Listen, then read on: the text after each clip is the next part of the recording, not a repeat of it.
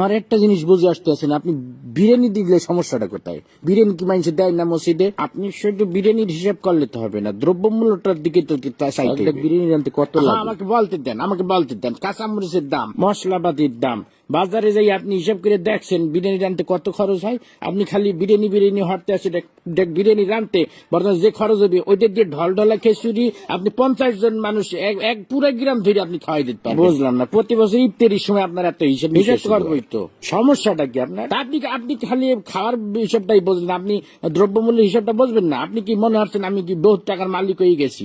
হ্যাঁ, এখন যত কামাই তত খরচ। এই যে আপনার মসজিদে প্রতি মাসে ইমাম সাহেবের বেতন না দিলে ইমাম সাহেব চলবে কেন? আমার কথা বলতে দেন।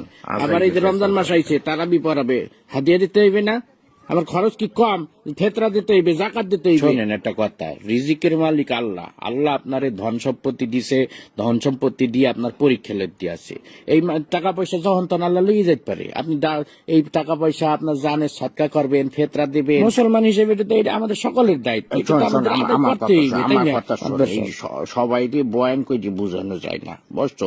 যে গেটি বেহার তুই কোরআন বুঝাইতে চাইলেও বুঝবে না। একটা কথা সবসময় মনে রাখবি, যে মানুষটা জায়গা রয়েছে তাকে কিন্তু ঘুমেতে উঠানো যায় না। এই যে আমি বিরিয়ানি দিতে পারবো না, আমি দলডলা খেচেটি দেবো, বিরিয়ানি দিলে আমার সমস্যা, এই যে এত সময় ধরে বুঝাইতে আসো,